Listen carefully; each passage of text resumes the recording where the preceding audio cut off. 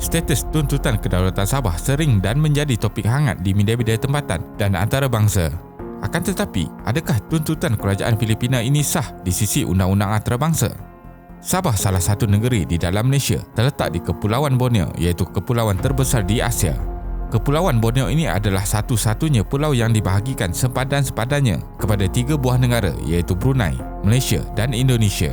Filipina berulang kali mempertikaikan bahawa Sabah adalah milik Kesultanan Sulu dan Sabah juga tidak pernah bersetuju untuk menyertai Malaysia. Jadi, video kali ini kita akan melihat kenapa Filipina masih menuntut Sabah sebagai wilayahnya. Teruskan menonton. Sejarah tuntutan. Sabah atau zaman penjajahannya, Borneo Utara, pernah menjadi wilayah jajahan Kesultanan Brunei.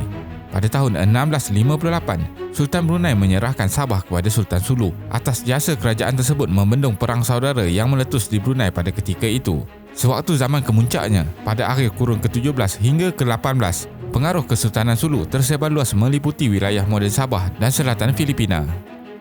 Pertikaian bermula pada tahun 1878 apabila Kesultanan Sulu menyerahkan kuasa pemerintahan wilayah Sabah yang termasuk dalam Kepulauan Mindanao di Filipina kepada syarikat British North Borneo Company sebagai ganti bayaran tahunan. Persoalannya, sama ada Sultan Sulu sudah menyerahkan terus pemerintahan atau sebagai pajakan dalam masa tertentu. Itulah menjadi isu berbangkit sehingga sekarang bagi Filipina. Kerajaan Amerika telah menamatkan sebarang kuasa persekutuan politik dimiliki Kesultanan Sulu melalui Carpenter Agreement yang ditandatangani pada 22 Mac 1915.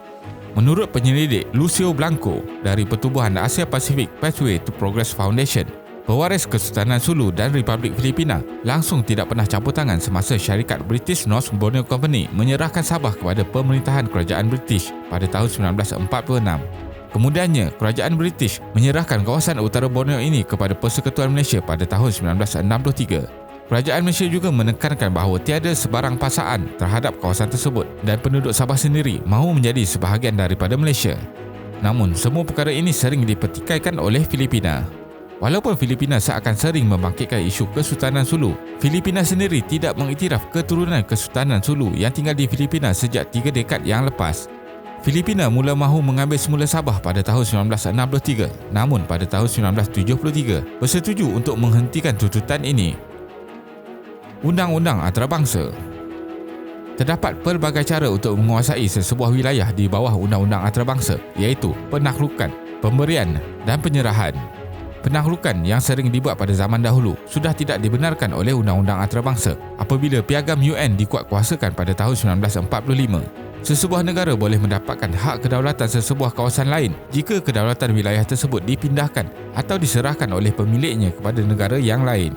Kesultanan Sulu sudah menyerahkan wilayah Sabah kepada syarikat British North Borneo Company pada tahun 1878 dan kemudiannya Sabah dimasukkan sebahagian daripada Malaysia pada tahun 1963. Di bawah undang-undang antarabangsa, pemberian adalah pemerolehan kedaulatan wilayah baru apabila sesebuah negara itu telah menjalankan proses-proses pemerintahan dan dikekalkan untuk tempoh yang lama. Malaysia sudah mentadbir Sabah sejak tahun 1963 dengan pengiktirafan dari badan UN. Sabah tidak diambil dengan cara paksaan, akan tetapi melalui perantaraan Cobalt Commission. Sabah setuju mahu berada dalam kerajaan Malaysia. Sejak tahun 1963, Malaysia telah membentuk kerajaan untuk mentadbir Sabah, memberi peruntukan untuk ekonomi dan ianya diiktiraf oleh komuniti antarabangsa bahawa Sabah adalah sebahagian daripada Malaysia. Tragedi Lahad Datu. Pada 11 Februari 2013, negara dikejutkan dengan berita di waktu tengah malam bahawa bahagian timur pantai Sabah dicerobohi oleh kumpulan bersenjata.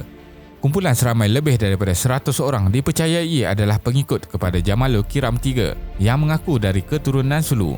Kumpulan pertama yang memasuki Malaysia pada 9 Februari dan mereka berkumpul di sebuah kampung di Lahad Datu dalam misi untuk mendapatkan semula Sabah sebagai sebahagian tanah air mereka.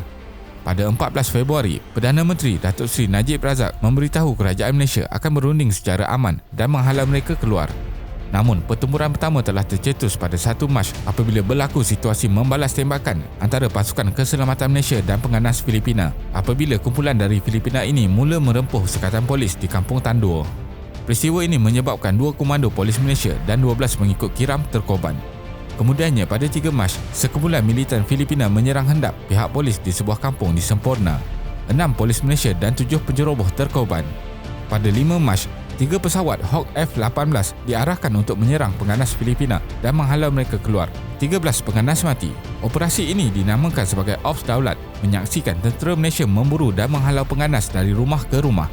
Akhirnya, Kampung Tandur berjaya dibebaskan daripada pengganas oleh pasukan Malaysia pada 11 Mac. Ops Daulat ditamatkan pada 29 Jun dan digantikan dengan Eastern Sabah Security Command. Badan ini bertanggungjawab menjaga keselamatan dan meliputi semua operasi di utara Kudat hingga ke Tawau. Ini akan menjamin sepadan bahagian pantai Sabah sentiasa selamat. Kemudian pada 12 Ogos, Pusat Operasi Eskom mula beroperasi 24 jam. Kejadian di Lahad Datu menyaksikan sekitar 68 kematian, iaitu 56 daripada Sulu dan 9 orang daripada pasukan keselamatan dan rakyat Malaysia. Pertikaian terbaru. Pertikaian wilayah Sabah dibangkitkan semula baru-baru ini apabila 2 diplomat daripada Filipina dan Malaysia saling berbalas kenyataan. Pada bulan Julai tahun ini, Setiausaha Luar Filipina menulis kenyataan balas di Twitter apabila Kedutaan Amerika di Filipina menulis Sabah adalah di bawah Malaysia. Beliau menulis bahawa Sabah bukan di bawah Malaysia jika anda mahu berurusan dengan Filipina. Kenyataan ini kemudiannya menerima kecaman dari Menteri Luar Malaysia, Hishamuddin Hussein, yang membalas kenyataan di Twitter beliau dengan menyatakan mahu menjemput duta Filipina untuk memberikan penjelasan lanjut. Menurut Hishamuddin, ianya adalah kenyataan yang tidak berasas dan akan menyebabkan hubungan dua hala terjejas. Hishamuddin menegaskan Sabah adalah di bawah Malaysia dan akan sentiasa bersama Malaysia. Pertikaian tidak berhenti setakat ini.